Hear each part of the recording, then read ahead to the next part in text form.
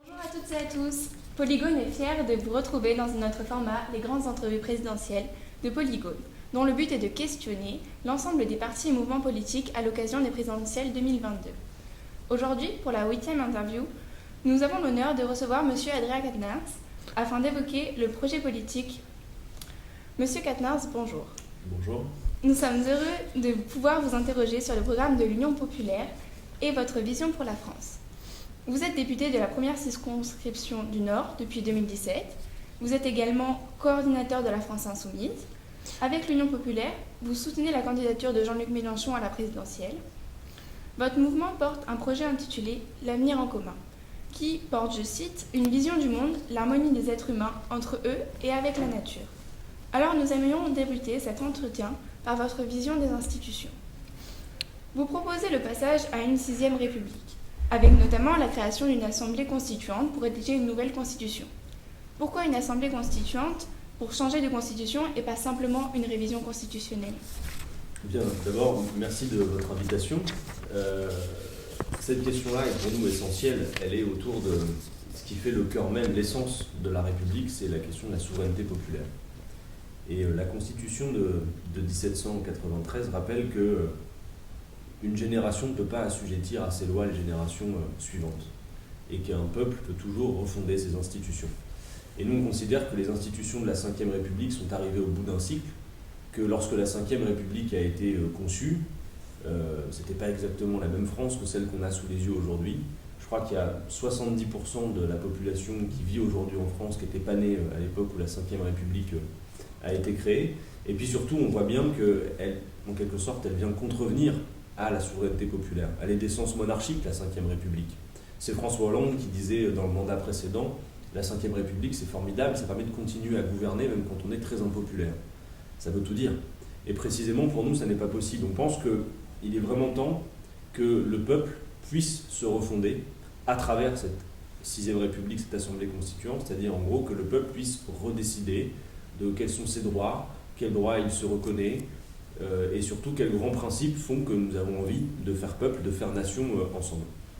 Alors aujourd'hui, cette 5e République d'essence monarchique, elle s'exprime à travers notamment, par exemple, le fait qu'en pleine situation de guerre en Europe, à l'heure où on se parle, il n'y a plus d'endroit où en débattre ou en parler, puisque l'Assemblée nationale vient de terminer ses travaux et que tous décident, non même plus au Conseil des ministres, mais dans un Conseil de défense. Donc en fait, c'est les pouvoirs d'un seul. Ça a été également le cas pendant la période de la crise Covid, où finalement le Parlement servait simplement de chambre d'enregistrement. Donc l'idée de la 6e République, c'est aussi de répondre au divorce que l'on constate toutes et tous entre les représentants et les représentés. C'est-à-dire le désamour de la politique. Pour nous, par exemple, l'abstention, c'est pas le fait de femmes et d'hommes qui n'ont pas envie de se lever le matin pour aller voter. Ça porte un message politique.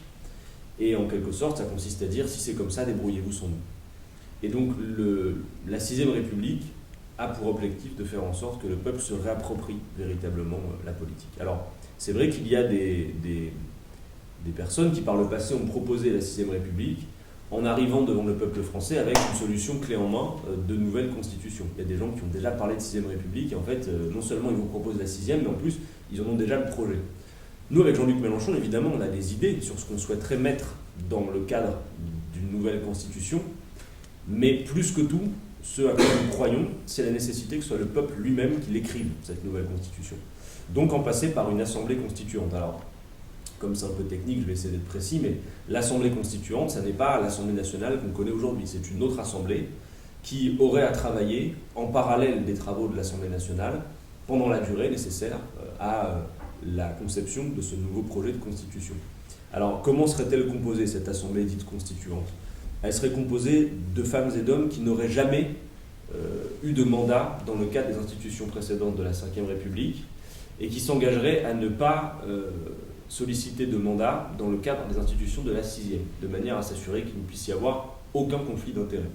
Ensuite, sur sa composition en tant que telle, ce serait à la fois une part élue, c'est-à-dire des candidats qui auraient présenté un projet sur ce qu'ils croient nécessaire d'intégrer dans une nouvelle constitution, et aussi une part tirée au sort. C'est ce qu'on souhaiterait, avec une proportion élue, une proportion tirée au sort. qui auraient donc à travailler pendant une période qui peut être, alors des expériences récentes qu'on a d'assemblée constituante, il y en a une en ce moment au Chili par exemple. Nous on estime qu'en gros il faut 1 an et demi, 2 ans de travail. Et donc ce travail se fait, et à l'issue, eh bien, on a un nouveau texte, un nouveau projet de constitution pour la France, qui est soumis à référendum du peuple français. Si le peuple français dit oui, c'est cette 6ème République qui s'applique. S'il dit non, on continue avec la monarchie présidentielle qu'à titre personnel, nous, on souhaite abolir. Et donc quand je vous disais qu'on a des idées de ce que nous souhaiterions mettre dedans, et que donc on va porter dans le cadre du débat, c'est par exemple en effet le fait de trouver le meilleur équilibre entre bien sûr la stabilité des institutions, il ne s'agit pas que ça devienne l'Assemblée générale permanente, il faut assurer une stabilité. Souvent quand on parle de 6ème République, on parle du risque d'instabilité. Nous on est soucieux de la stabilité des institutions, il faut pouvoir gouverner ce pays, mais en même temps la conjuguer, cette stabilité, avec la capacité la plus importante possible du peuple à intervenir tout le temps. C'est-à-dire en gros, l'idée c'est que ce n'est pas un rendez-vous tous les 5 ans électoral, et puis entre 2 rendez-vous, vous restez à la maison. Non, que le peuple puisse intervenir. Ça passe par exemple par l'utilisation du référendum d'initiative citoyenne, où nous sommes très favorables. D'ailleurs, Jean-Luc Mélenchon l'avait déjà intégré dans son programme dès 2012. Ça passe aussi, par exemple, et je m'arrêterai là, par le référendum révocatoire, c'est-à-dire le droit de révoquer les élus. On voudrait qu'à mi-mandat, un élu, si une proportion significative du corps électoral le décide, puisse être révoqué, c'est-à-dire un référendum stop ou encore, pour rappeler l'élu à son mandat. C'est-à-dire, on a trop vu par le passé des gens qui nous disent il y a eu des élections, on nous a fait plein de promesses, et puis en fait, après, une fois élu, on ne respecte pas les promesses, on fait autre chose que ce pourquoi on a été élu. Et tout ça participe justement de cette rupture entre les représentants et les représentés. Voilà la philosophie, disons, de ce projet de 6ème République. Très bien. On en vient maintenant à la question de la justice sociale et de vos propositions pour réduire les inégalités. Premièrement, vous proposez une augmentation nette des salaires du SMIC qui passerait à 1 400 € dès 2022, ainsi qu'un blocage des prix des produits de première nécessité. De manière plus générale, que ce soit sur les salaires, sur les prix ou autres, quelle doit être selon vous la place de l'État dans l'économie ? Précisément, c'est le moment de se dire que l'État doit remettre sa main dans l'économie. Ça fait grosso modo 30 ans qu'on a l'extension du marché, et pour le dire rapidement, de l'idéologie libérale, et on voit le résultat, c'est que plus rien ne fonctionne. D'abord, il faut poser le diagnostic. Par exemple, en France, à l'heure où on se parle, après un quinquennat de M. Macron, on a une extension considérable de la richesse, une concentration de la richesse entre quelques mains, et la pauvreté qui s'est beaucoup étendue. Quelques chiffres pour baliser notre discussion. En France, aujourd'hui, 5 personnes possèdent autant que 27 millions. 5 milliardaires possèdent autant que 40% de la population française. La France produit plus de 2300 milliards par an, et ils sont extrêmement mal répartis. Le quinquennat de M. Macron, c'est par exemple les 500 familles les plus riches qui ont doublé leur patrimoine en un quinquennat, pendant que près d'1 demi-million de personnes en plus étaient sous le seuil de pauvreté. La pandémie, c'est 240 milliards de plus pour les milliardaires. D'ailleurs, 240 milliards au passage, ça correspond à peu près exactement à ce que l'État a dépensé en aide Covid. Vous voyez, donc ça veut dire que l'État s'est appauvri de 240 milliards pour toutes les aides liées à la situation catastrophique sanitaire. Et dans le même temps, quelques-uns, une petite poignée, se sont beaucoup gavés et ont accru leur patrimoine de 240 milliards. Ni vous ni moi ne savons précisément ce à quoi correspondent 240 milliards. On s'en fait même pas l'idée, tellement c'est énorme. Mais dans le même temps, par contre, il y a quelque chose qui est beaucoup plus palpable pour vous et moi, dans nos entourages, dans ce qu'on constate. C'est que dans ce pays, il y a un pays qui est riche, donc la France, il y a 10 millions de personnes qui vivent sous le seuil de pauvreté. Et vivre sous le seuil de pauvreté, c'est pas vivre, c'est survivre. C'est 8 millions de personnes qui dépendent de l'aide alimentaire, c'est 12 millions de personnes qui vivent les conséquences de la précarité énergétique jusque chez elles. Ce sont des femmes, des hommes, dans des situations, même parfois travaillant, de pauvreté, où malgré le fait qu'on bosse parfois, on a l'angoisse d'ouvrir sa boîte aux lettres pour savoir si on va payer ses factures correctement, si le frigidaire va être rempli à temps, si on peut offrir à ses gamins les loisirs qu'ils sont en droit de demander à leurs parents. Bref, c'est une situation sociale désastreuse. Elle est d'ailleurs renforcée par le contexte d'inflation qu'on connaît. Au départ, une inflation qui était essentiellement spéculative, et puis maintenant une inflation qui est aussi liée au contexte international et à la guerre, et qui peut nous amener à des situations où quand on voit le prix du gasoil à 2 € le litre, ça veut dire que très vite ce sont des gens qui vont renoncer à se déplacer et donc potentiellement une paralysie de l'économie. Donc nous, la priorité qu'on fixe, c'est de se dire un grand pays comme la France peut et doit éradiquer la pauvreté. Et donc pour ça, ça passe par à la fois des solutions pour celles et ceux qui sont en emploi. Par exemple, vous avez parlé de l'augmentation du SMIC. C'est quelque chose de facile à faire pour un gouvernement, par décret, d'augmenter le SMIC. Nous voulons le porter à 1 400 € net. ce qui va avoir pour effet d'augmenter mécaniquement les salaires qui se trouvent autour de 2 000 euros et avoir des négociations salariales. On veut qu'au sein d'une même entreprise, l'écart des salaires puisse pas dépasser 1 à 20 entre le salaire le plus important et le salaire le plus bas, ce qui permet aussi de réduire les inégalités au sein de l'entreprise. Et ensuite, il y a toutes les mesures pour celles et ceux qui sont hors l'emploi.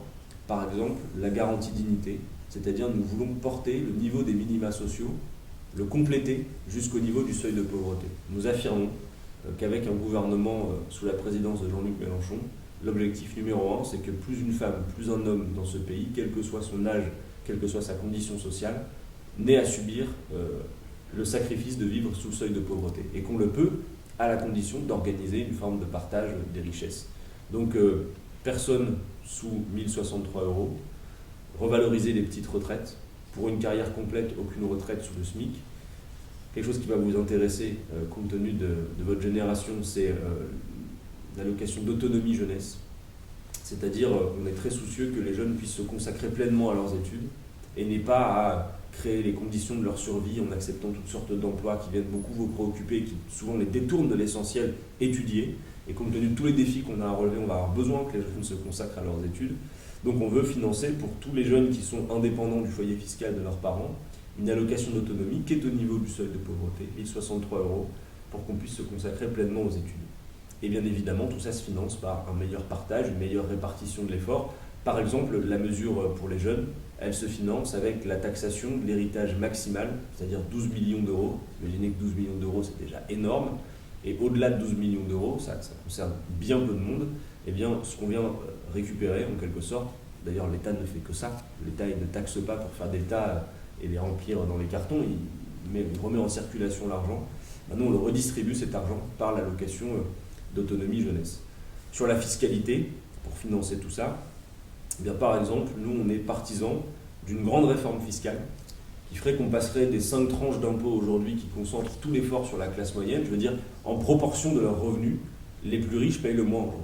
Quand M. Bernard Arnault dit « oh là, je paye beaucoup d'impôts », oui, il en paye beaucoup en valeur, c'est des montants importants, mais en proportion de ses revenus, c'est absolument rien à côté de ce que peut payer la classe moyenne. Passer à 14 tranches d'impôts comme on souhaite le faire nous, ça aurait pour vertu de mieux répartir l'effort entre tous, et contrairement à la petite musique qui voudrait que « ah, si Mélenchon était président de la République, au secours, tout le monde paierait beaucoup trop d'impôts », dans cette mesure, en fait, elle va surtout produire le fait que toutes celles et ceux qui gagnent moins de 4 000 € par mois, jusqu'à 4 000 €, en réalité, paieront moins d'impôts. En revanche, c'est vrai, les autres, ceux qui gagnent beaucoup, eux, ils vont payer davantage, c'est vrai. Nous aimerions maintenant évoquer vos mesures pour l'environnement. Votre programme a décidé d'intituler cette partie « Produire et consommer sans détruire ». Vous évoquez la nécessité du protectionnisme écologique. Dans la perspective d'un protectionnisme écologique, vous projetez de renforcer les contrôles sur les importations, qu'elles respectent les normes sociales, sanitaires et environnementales. Dans ce cadre, quelle serait la place de l'Union européenne dans ce processus ? Ce modèle serait-il mis en place en confrontation ou en coopération avec l'Union européenne ? D'abord, en effet, l'arête centrale du programme L'Avenir en commun, outre les objectifs dont on a parlé, c'est-à-dire le changement institutionnel par la 6ème République, l'affirmation d'éradiquer la pauvreté et de passer, disons, du temps du capital au temps du travail, en rémunérant mieux le travail. Mais l'arête de tout ce programme, c'est la question climatique. Quels que soient nos désaccords politiques, notre génération elle est mise au pied du mur de ce grand défi, où on sait désormais, et le dernier rapport du GIEC vient le confirmer, que non seulement l'écosystème compatible avec la vie humaine est en danger, est menacé, mais qu'en plus, des seuils d'irréversibilité ont déjà été franchis. Moi, je me souviens qu'il y a quelques années, quand on parlait d'écologie, on disait en substance, on va se retrousser les manches, on va régler le problème, on va affronter le défi climatique et on va régler cette question. En fait, aujourd'hui, le discours scientifique nous montre bien que, bien sûr, on peut limiter l'impact, mais il va surtout falloir organiser la société pour se préparer à des chocs qui vont être inévitables. On sait que, par exemple, désormais, un enfant qui naît aujourd'hui va connaître dans sa vie une 50aine d'épisodes de chaleur extrême. Donc tout ça, évidemment, nous met au pied du mur. Et disons que ce qu'on aurait pu faire tranquillement en 40 ans, parce que le diagnostic était posé depuis 40 ans, il y a de la littérature écolo depuis des années qui nous explique que l'activité humaine a un impact sur son écosystème. Et disons qu'on aurait pu faire, ils auraient pu faire, ceux qui nous ont précédés, tranquillement les choses ces 40 dernières années. Aujourd'hui, nous, on va être sommés de faire vite et fort. Et donc, en effet, d'assumer un cap clair, une trajectoire forte Et pour nous, c'est la règle verte. C'est-à-dire inscrire dans la Constitution le fait que la France se donne pour objectif de ne pas prendre à la nature davantage que ce qu'elle peut reconstituer. Alors, c'est un défi humain considérable, un défi technique considérable. La méthode pour y parvenir, c'est la planification écologique. On assume le terme de planification, d'ailleurs, toutes sortes d'entreprises l'assument. Planification parce que c'est créer les conditions d'organiser, d'atteindre un but, tout simplement. Tout le monde planifie. Et ça montre aussi l'idée que l'État a son mot à dire là-dedans. Alors, ce n'est pas l'État qui va de manière centralisée décider de tout. D'ailleurs, on répète assez souvent que la commune, pour nous, est l'échelon principal par lequel passe la planification, mais on va en tout cas définir collectivement les grands objectifs. Et donc la planification écologique, ça veut dire mettre le paquet pour que toute l'économie du pays bifurque. Et plutôt que d'être dans une politique de l'offre qui consiste à dire on produit tout et n'importe quoi, n'importe comment, du moment que ça se vende et que ça fasse tourner l'économie, on se dit non, les amis, on a un défi à relever, c'est comment on organise les conditions de produire, de distribuer, de consommer, qui nous permettent d'éteindre la dette qui devrait le plus nous inquiéter, qui est la dette écologique, qui fait que, je crois maintenant, dès le mois de juillet, on a consommé tout ce que l'humanité peut consommer en une année, tout ce que la Terre peut renouveler en une année. Et donc pour ça, la méthode de la planification écologique, elle va irriguer un tas de secteurs d'activité. Je prends quelques exemples, mais Jean-Luc Mélenchon parle souvent de l'économie de la mer. Il ne s'agit pas d'aller exploiter les fonds marins et d'avoir une prédation productiviste sur la mer, comme le disent parfois certains de nos détracteurs. Il s'agit de dire, on fixe le cap du 100% énergie renouvelable d'ici à 2050, c'est le scénario négawatt. Bien, la mer, les mouvements de la mer, qui sont inépuisables, regorgent d'une énergie dont on pourrait avoir besoin pour atteindre cet objectif. Bah, par exemple, l'économie de la mer, c'est 600 000 emplois nouveaux qu'il va nous falloir. Il faut faire la rénovation du bâti, ça va être énormément d'emplois nouveaux. Il faut faire la transition agricole, et là ça va me permettre de faire le lien et d'arriver à votre question sur l'Europe et le protectionnisme. On voit bien aujourd'hui, on a une agriculture intensive sur de très grandes exploitations, avec très peu de main-d'œuvre, beaucoup de chimie, qui vient non seulement mettre en difficulté les agriculteurs, au premier chef. Je rappelle qu'ils s'en suicident tous les 2 jours dans ce pays quand même. Ça montre bien la souffrance absolument terrible des agriculteurs de ce pays. Ça pourrit les sols et ça pourrit nos assiettes. Nous, on veut en passer par une agriculture paysanne, relocalisée, intensive en emploi. Il va nous falloir, pour le faire, 300 000 paysans. On ne va pas les trouver en un claquement de doigts. Donc ça veut dire de nouvelles filières à organiser, le fait que l'État aide à l'installation de ces paysans, bref. Et surtout, et j'y viens donc, le protectionnisme, il va falloir en effet, si on assume ces objectifs politiques, créer les conditions de se protéger.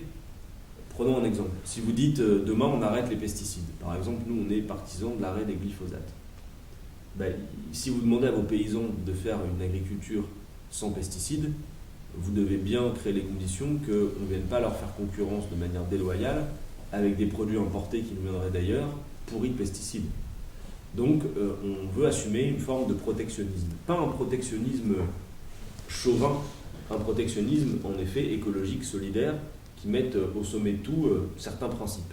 Et donc ça passe par exemple par une taxation aux frontières pour assumer de dire non, il n'y aura pas de concurrence déloyale. Si le peuple décide de grands objectifs, comme par exemple la sortie des pesticides, il faut créer les conditions que notre agriculture paysanne ne soit pas écrasée par l'agriculture productiviste.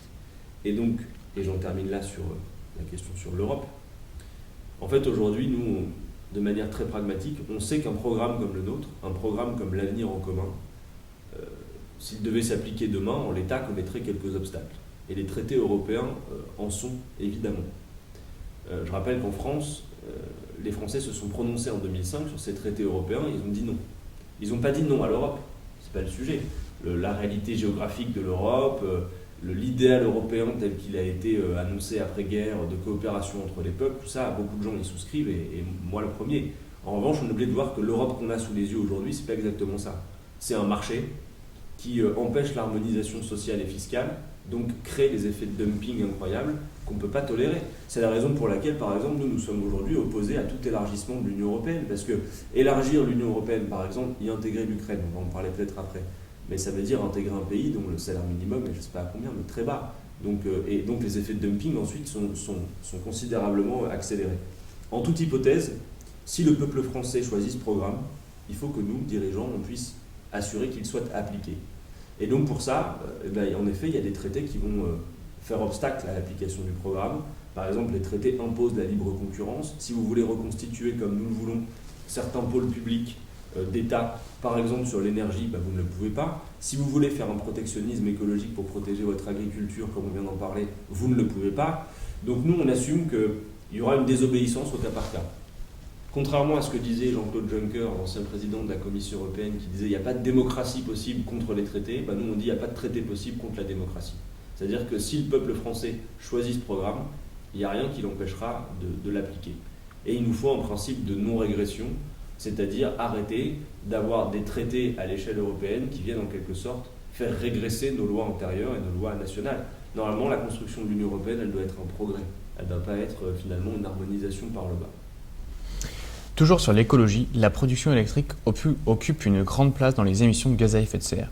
Vous proposez une sortie progressive du nucléaire donc et une augmentation de la part du renouvelable. Ainsi, quel mix énergétique devrait envisager la France pour faire face aux problématiques environnementales ? Bon, d'abord, tout le monde voit à la lumière, y compris de la situation internationale qu'on vit aujourd'hui, je veux dire, on a une guerre en Europe, ça révèle notre extrême dépendance aux énergies produites par tel ou tel. Donc le fait de concourir à une forme d'indépendance, y compris sur le plan énergétique, c'est pas s'isoler, c'est créer les conditions de sa souveraineté malgré des situations difficiles. Sur la question du mix énergétique, bon, d'abord je pense qu'on peut faire l'économie de tout débat idéologique sur le sujet, en réalité. C'est-à-dire que nos centrales nucléaires, voilà, en France, il y a des décisions qui ont été prises par le passé, il ne s'agit pas de jeter la pierre à ceux qui l'ont décidé. La France a pris une décision assez particulière, assez singulière. Elle a tout misé sur le nucléaire. Et ça a permis d'ailleurs un certain essor économique, d'avoir une énergie à bas coût, etc., etc. Néanmoins, personne ne nie que le nucléaire, quand tout va bien, tout va bien. Si ça va mal, ça va très très mal. C'est-à-dire que la conjonction entre des phénomènes climatiques, par exemple, et le nucléaire, c'est un danger absolu. Quand un tsunami va sur une cabane de pêcheurs, bon, c'est grave pour les pêcheurs, mais c'est qu'une cabane de pêcheurs. Quand un tsunami s'abat sur une centrale nucléaire, c'est Fukushima, ou alors où on se parle, c'est toujours la pagaille là-bas, et des millions de mètres cubes d'eau contaminée qu'on va peut-être devoir déverser dans l'océan, bref, une catastrophe. Et surtout, les arguments qui sont souvent cités pour justifier qu'on continue dans le tout nucléaire nous semblent obsolètes. D'abord sur le plan économique, pour ceux qui n'ont que ça en tête, c'est-à-dire ceux qui ne se soucient même pas du danger, mais qui disent économiquement c'est mieux. Aujourd'hui, le coût des énergies renouvelables est plus compétitif que le coût du nucléaire, pour autant qu'on investisse dans ces technologies, ce que la France n'a pas fait. Elle a pris un retard considérable, puisqu'ayant mis tous ses œufs dans le même panier, elle a en quelque sorte sous-investi dans des technologies qui permettraient petit à petit de se passer du nucléaire. Premier argument, l'argument économique. Ensuite, ça coûte très cher. Enfin, regardez par exemple la facture de Flamanville qui s'est considérablement alourdie. Il n'y a toujours pas un EPR qui fonctionne, mais M. Macron nous dit on va en construire plein. On n'en a toujours pas vu un seul. C'est 10 ans de retard et c'est des factures qui grossissent. Mais bref, on n'en parle pas, on continue. Ça n'est pas possible. Ensuite, il y a la question des déchets.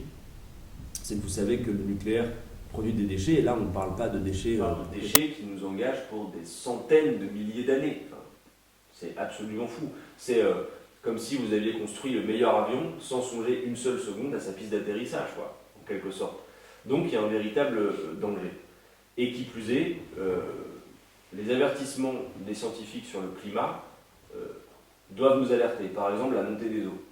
On sait que d'ici à 2050, les eaux vont monter et que certaines de nos centrales nucléaires, par exemple celle du Blayais ou celle de Gravelines, elles risquent d'avoir les pieds dans l'eau. Bref. Donc, c'est pour dire qu'il n'y a pas d'idéologie à faire sur le sujet. C'est un choix politique qui va engager des générations, et donc c'est un choix qui doit pouvoir se faire démocratiquement. Raison pour laquelle nous goûtons assez peu à la méthode de M. Macron qui décide, alors que ce n'est pas dans son programme, seul, de relancer, de mettre le paquet sur le nucléaire. Et il nous faut, dans le débat présidentiel, avoir cette discussion. Nous, on est complètement en ligne, calé, sur le scénario négawatt, c'est comme ça que ça s'appelle, le scientifique, qui est un scénario qui va vers le 100% d'énergie renouvelable à horizon 2050. Ça veut dire qu'il situe la fermeture du dernier réacteur nucléaire à horizon 2050. Ça passe par le fait de mettre le paquet dans les énergies renouvelables, en effet, de les développer à fond. Il n'y a pas que l'éolienne dont on parle beaucoup, le solaire. Il y a l'éolienne, il y a le solaire, mais il y a aussi l'hydraulique, la géothermie, l'économie de la mer. Il y a des tas de choses à faire. Donc ça, on va mettre le paquet là-dessus. Ça va être aussi un volet d'entraînement pour l'économie de le faire. Et eh bien, on va, avec les salariés, avec les travailleurs du nucléaire, créer les conditions de pouvoir en sortir. Il faut aussi rassurer, hein, celles et ceux qui bossent dans le nucléaire aujourd'hui, ils vont en avoir pour des générations et jusqu'à la retraite, parce qu'on n'a toujours pas commencé à démanteler une seule centrale, mais il faut qu'on puisse en effet aller vers cet objectif. C'est un objectif ambitieux, c'est clair. Mettre le paquet dans les énergies renouvelables et aller aussi vers une sobriété énergétique, c'est-à-dire s'interroger sur quels sont véritablement nos besoins. Par exemple, le fait que maintenant les villes soient absolument contaminées de toutes sortes de panneaux lumineux, comme on peut le voir à Times Square aux États-Unis, et que dans nos villes maintenant ce soit ça aussi de plus en plus, c'est une gabegie énergétique, on ne peut pas se le permettre. Donc oui, il faut assumer la sobriété et aller vers le 100% énergie renouvelable pour se passer du nucléaire qui, objectivement, aujourd'hui, quoi qu'on en pense, est en danger. Très bien. On en vient maintenant à vos engagements en matière de politique étrangère. Vous prenez l'idée d'une France non alignée sur la scène internationale. Mais face aux nouveaux enjeux internationaux comme les questions du Sahel, l'opération Chamal ou bien les enjeux indo-pacifiques, quelle doit être la place de la France dans les prochains enjeux internationaux? Qui seront ses alliés et quel théâtre la France va-t-elle s'engager? La France, elle a un rôle particulier, très particulier à jouer sur la scène internationale. C'est le rôle qu'elle a toujours joué dans l'histoire, en tout cas depuis longtemps. Et aujourd'hui, elle est empêchée de jouer ce rôle. Ce rôle, c'est le rôle d'une puissance médiatrice au service de la paix. La seule boussole sur la scène internationale, ça doit être de concourir à la paix et de protéger les intérêts des Français. En tout cas, c'est la boussole qui doit être celle de gens qui dirigent le pays. La paix, ça n'est pas un état de fait qui se constate. C'est pas, tiens, c'est la paix. Non, la paix, c'est une construction politique. Elle est toujours menacée. Et la situation qu'on a sous les yeux nous le rappelle. Donc, nous, notre doctrine, c'est de permettre à la France de retrouver une forme d'indépendance. C'est pas un isolement, l'indépendance. L'indépendance, c'est créer les conditions sur la scène internationale que tous les régimes avec lesquels nous allons devoir discuter, dialoguer, quels qu'ils soient. C'est-à-dire qu'encore une fois, dire qu'il faut dialoguer avec tel ou tel ne veut pas dire que nous soyons partisans de tel ou tel, d'aucune manière. Mais en tout cas, si on veut créer les conditions de la diplomatie, il faut assumer la discussion, le dialogue avec les régimes en place. Et pour que l'ensemble des protagonistes vivent la France comme un interlocuteur fiable, il faut que la France soit non alignée, donc indépendante. Ça ne veut pas dire neutre. Par exemple, là, ce qui est en train de se produire en Ukraine, on va peut-être en parler après, mais on n'est pas neutre face à ce qui se produit en Ukraine. Nous condamnons fermement l'invasion de l'Ukraine par la Russie et le choix de Vladimir Poutine de régler des conflits par la guerre, ce qu'on n'avait plus depuis des décennies en Europe. Nous le condamnons, donc c'est pas être neutre que de le condamner. Mais par contre, être non aligné, ça veut dire être ni dans un camp ni dans un autre. Et faire attention à des logiques d'escalade qui pourraient nous emmener, qui plus est aujourd'hui, à des logiques de guerre totale entre puissances nucléaires. Et donc pour ça, la France, elle doit faire quelque chose de très concret. C'est, en tout cas de notre point de vue, c'est sortir de l'OTAN. L'OTAN, c'est une alliance militaire qui a été conçue au moment de la guerre froide. La guerre froide est terminée, la France n'a plus rien à y faire. Aujourd'hui, l'OTAN, c'est essentiellement une organisation qui fait d'abord vivre beaucoup de monde et qui crée les conditions de l'expansion de la puissance militaire états-unienne partout, y compris sur le vieux continent. C'est-à-dire que les États-Unis aujourd'hui, dans l'ordre géopolitique tel qu'il est présent sous nos yeux, c'est une puissance économiquement déclinante sur laquelle la Chine a pris le pas. Et les États-Unis, pour pouvoir continuer à avoir leur essor sur la scène internationale, ont essentiellement deux ressorts. Le premier, c'est le fait que le dollar soit toujours la principale monnaie de réserve et d'échange. Le deuxième, c'est cette expansion militaire tous azimuts qui fait que, par exemple, au sein de l'OTAN qui dépense 1031 milliards de dollars de dépenses militaires, 700 sont le seul fait des États-Unis d'Amérique. Et on est obligé de constater, quoi qu'on en pense, que l'extension à l'est de l'OTAN a été vécue comme une menace, comme un risque, quoi qu'on pense de la psychologie ou du caractère détestable des choix de Vladimir Poutine, c'est pas le sujet. Mais en tout cas, la sortie de l'OTAN est une nécessité pour que la France puisse jouer pleinement ce rôle. C'est la sortie de l'OTAN qui est par exemple la condition au fait que quand M. Poutine reçoit M. Macron au Kremlin, eh bien, il soit au courant qu'il a en face de lui quelqu'un qui a les clés entre les mains. Or aujourd'hui, ce n'est pas le cas. On sait très bien que quand M. Poutine reçoit M. Macron, c'est bien que ce n'est pas lui qui a les clés et que les clés elles sont plutôt du côté de M. Biden sur cette question-là. Donc voilà, donc c'est ça l'indépendance que nous souhaitons retrouver. Et encore une fois, il faut bien comprendre pourquoi nous le voulons, parce que notre seule angoisse et notre seul but, c'est de concourir à construire la paix. Et si je peux m'arrêter juste un instant dans le conflit qu'on a sous les yeux aujourd'hui en Ukraine, d'abord évidemment adresser avec vous, j'en suis sûr, un message de soutien au peuple ukrainien sous les bombes et à sa résistance, adresser aussi un message de soutien au peuple russe qui résiste et qui est anti-guerre, parce qu'il y en a et ils prennent des risques considérables. On a des amis, nous, du côté du front anti-guerre, du côté de la Russie, ce sont des gens qui aujourd'hui, le simple fait de prendre position contre la guerre publiquement, ils risquent 15 ans de prison. Donc voilà, et nous ne sommes aucunement partisans du régime de Vladimir Poutine. Nos amis en Russie sont des opposants à Vladimir Poutine qui font de la prison. Je le rappelle parce que quand même, dès que vous avez une critique de l'OTAN et de la politique telle qu'elle est menée par les États-Unis d'Amérique, on vous taxe de pro-Poutine, ce qui n'est pas dans nos moyens. Je veux dire, on est des écologistes, anticapitalistes. En Russie, nous ne voterions pas pour Vladimir Poutine. Il y en a d'autres qui, à ma place, peut-être, vous diraient qu'en Russie, ils voteraient pour Poutine. Hein. Je crois qu'un Zemmour voterait pour Poutine, qu'une Marine Le Pen voterait pour Poutine. Un Jean-Luc Mélenchon, c'est pas dans ses moyens, clairement, c'est pas du tout notre souci. En revanche, la situation sur place, le conflit tel qu'on l'a sous les yeux, c'est aussi des erreurs qui ont été commises par le passé et un pourrissement d'une situation qu'on aurait pu éviter. Ça fait plus de 10 ans que Jean-Luc Mélenchon crie sur tous les tons, sur les plateaux de télé, parfois bien seul, que la question des frontières en Europe, depuis l'implosion du bloc soviétique, est régulièrement en cause. Ça ne veut pas dire que nous mettons en cause les frontières, on s'entende bien. Ça veut dire que Jean-Luc Mélenchon alerte en disant, écoutez, il y a à peu près une dizaine d'endroits en Europe où la question des frontières fait débat, voire fait naître des tensions. C'est pas nous qui le souhaitons, on le constate, c'est un fait. Soit on crée les conditions de pouvoir en parler dans un cadre diplomatique, par exemple une conférence internationale sur les frontières, comme il l'a proposé, soit vous prenez le risque de voir des conflits s'envenimer et donc peut-être la guerre. Et c'est ce qu'on a sous les yeux aujourd'hui. Parce que la situation de l'Ukraine, tout le monde sait bien qu'il y a notamment les accords de Minsk de 2014 sur la question des frontières qui n'ont pas été respectés. Et le deuxième sujet, évidemment, c'est l'extension de l'OTAN, qui a été, pour Vladimir Poutine, peut-être un prétexte, ou en tout cas vécu comme une menace, mais on doit bien voir que l'OTAN qui s'avance toujours plus vers la Russie, clairement a été vécu comme une agression. Donc il y a des solutions diplomatiques à cela. Par exemple, l'hypothèse d'assumer un statut neutre pour l'Ukraine permettrait d'apporter des garanties de sécurité de part et d'autre. Évidemment, avant ça, il faut exiger le cessez-le-feu, le retrait des troupes russes d'Ukraine où elles n'ont absolument rien à faire, et des moyens de pression sur Vladimir Poutine, qui est le seul protagoniste qui a choisi ce mode particulier d'action qu'est la guerre, en étant extrêmement vigilant. Parce que l'intuition première quand on voit des femmes, des hommes, des enfants sous des bombes, c'est d'avoir envie d'aller les aider, évidemment. Sauf que là, on parle d'un risque d'être considéré à tout moment comme co-belligérant et de faire s'étendre le conflit et de le faire dégénérer en guerre totale. Et si ça ne plaît pas que ce soit Jean-Luc Mélenchon qui le dise, bah, écoutez d'autres qui le disent tout autant que nous. Je vais vous citer quelqu'un qui n'est pas vraiment de notre bord, mais Nicolas Sarkozy, quand il sort de l'Élysée l'autre jour, il dit ni plus ni moins que ce que dit Jean-Luc Mélenchon. Il dit entre la guerre totale et la diplomatie, il n'y a pas d'alternative, il faut choisir. C'est soit la guerre totale, soit la diplomatie. Clairement, notre choix est fait. C'est tout d'où allait la diplomatie. Simplement, pour la faire revenir, bah, il faut accroître, oui, la pression sur Vladimir Poutine.